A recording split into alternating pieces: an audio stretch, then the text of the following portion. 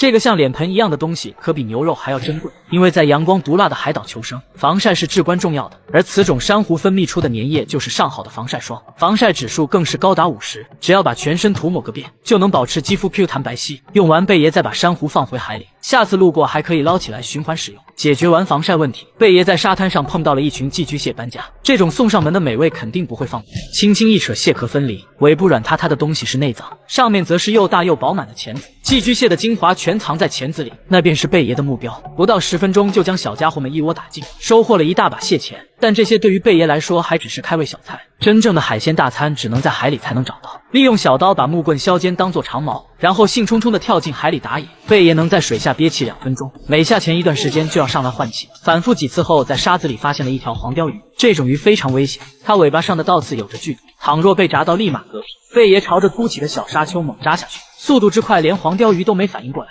不得不说，只要他出马，就没有空手而归的道理。举着战利品快速冲出水面，光看这肥美的蛋白质已经流口水。不过黄鲷鱼有很多部位不能吃，贝爷把它的2翼割下来放在火堆旁边炙烤，蟹钳子也不能少，全部撒在热炭上。大鱼大蟹，丰富的海鲜晚餐美得贝爷合不拢嘴。10分钟后捞起蟹钳，烤过的钳子一咬嘎嘣脆，里面鲜甜的汁水立马爆开。嗦完蟹钳，又开始品尝烤黄鲷鱼。这条鱼费了老大劲儿逮上来，结果是条老鱼，又干又柴。简单嚼2口以示尊重，美美的睡上一晚。天一亮，贝爷就跳进海里寻找海鲜早餐，还是那根长矛，使劲一扎，搞来一颗海胆。海胆看似美味，实则歹毒，不仅通体布满尖刺，还会分泌毒液，导致人体麻痹。普通人在潜水的时候很容易踩到海胆，因为刺的末端是倒钩，扎进脚底很难取出。唯一的办法就是拿块石头砸脚板，直到里面的刺都断成小碎片，人体就能把它吸收。贝爷掏出小刀，熟练地砍掉尖刺，然后翻转刀身将海胆切开，里面淡黄色的东西是沙子和内脏。贝爷皱皱眉头，把这些废物刮出去，最后露出的褐色部分就是海胆的卵。浅尝一口，满脸嫌弃，这玩意儿胖臭，像是坏掉的咸鸭蛋。但是为了补充蛋白质，只能咬紧牙关缩得一干二净。在海岛上求生，海鲜虽然能吃到饱，淡水却是稀缺资源。好在贝爷找到了椰子树，双手环树，屁股往后撅，借助脚下的力量迅速爬到椰树上，先挑颗个头饱满的扔下来，然后掏出小刀把椰子的外壳切开，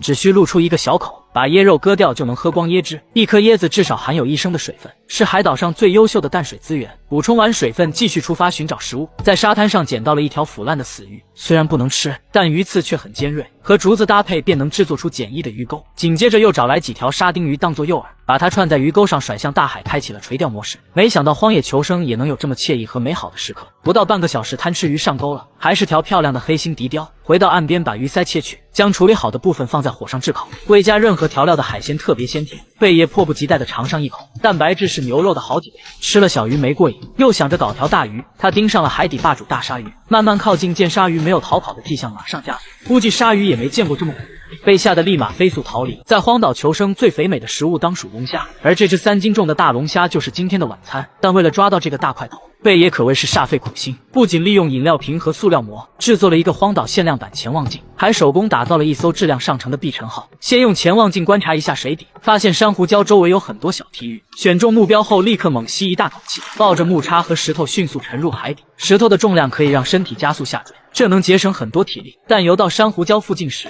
贝爷的憋气也到达了极限，只能浮到水面换口气。没想到第2次下潜居然发现了大惊喜，有对龙虾须从珊瑚礁里冒了出来。贝爷立刻锁定目标，直接插了过去。龙虾智商250，很聪明，没有完全游出来，还知道利用珊瑚礁当做掩体。贝爷尝试转换角度进攻，刚下插，龙虾就像一支箭快速闪开，甚至还倒着游嘲讽贝爷。遇上这么个聪明的小东西，贝爷可谓是赔了夫人又折兵。不仅原本就简陋的木叉断了一个矛头，还在刚才的游击战中损耗了很多体力。费了那么多功夫，肯定不能就此罢休。而且这么贱的龙虾吃起来一定很爽。贝爷锁定龙虾的位置，再次出击。狡猾的龙虾连续躲过2叉，他想返回珊瑚礁中躲起来。贝爷抓住最后的机会，在他游到礁石旁猛地插下去，这下终于把龙虾给弄到了手。随即便迫不及待地返回岸边，把它放在火上炙烤。高端的食材不需要添加任何调料，就能品尝到最纯粹的美味。闻着空气中的焦香味，贝爷激动的眼泪顺着嘴角流了下来，赶紧拎起龙虾，将肉最多的尾巴切了下来。光感受着手里沉甸甸的分量，贝爷就已经笑开了花。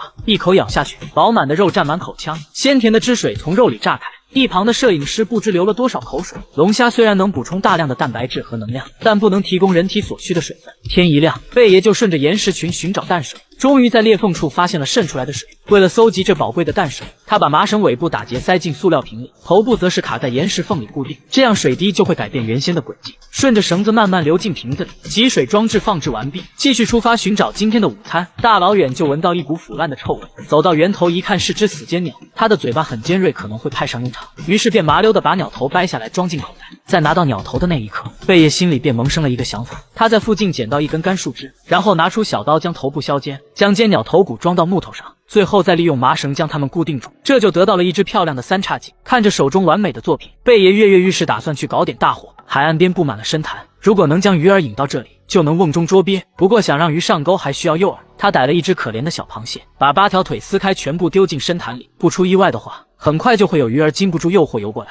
等待了10几分钟，贝爷化身海王跳入水中，鱼叉朝下，身体随后，可以借助身体下坠的力量获得强大的冲击力，就算是大鱼也能死死插住。来来回回折腾了几10个回合，终于逮到了一只肥美的斑鸡鱼。小家伙的嘴长得很别致，牙齿跟人很像，还有2颗可爱的小龅牙。在海岛上能跟淡水媲美的当属于眼珠，里面含有大量液体，挖出来放到嘴里滑滑的，咬爆后流出的液体就可以补充水分。但仅仅一条斑鸡鱼还不能填饱贝爷的肚子，他又利用木头搭建了一个烽火台，夜晚光亮会吸引鱼类。贝爷耐心等待，准备抓条大鱼。可是水里有浪，人的影子和鱼影混淆，影响判断力，足足等了10分钟才看清鱼的位置，立马举起鱼叉刺了过去。好家伙，还真有条傻鱼上了套，虽然不大，但是条漂亮的蓝点刺鳐。刺鳐的尾巴有毒，不过贝爷主打一个来者不拒，放到火上烤熟，通通吃掉。斑鸡鱼和刺鳐让他美美的饱餐了一顿。在海岛上，只有不断的捕猎才能活下去。吃腻了鱼肉，贝爷打算弄点海鲜换换口味。一个花式跳水就扑进了海里，在石头上捡到了一个大牡蛎。据说牡蛎的营养价值是牛肉的好几倍，是难得一遇的美味。利用小刀撬开外壳，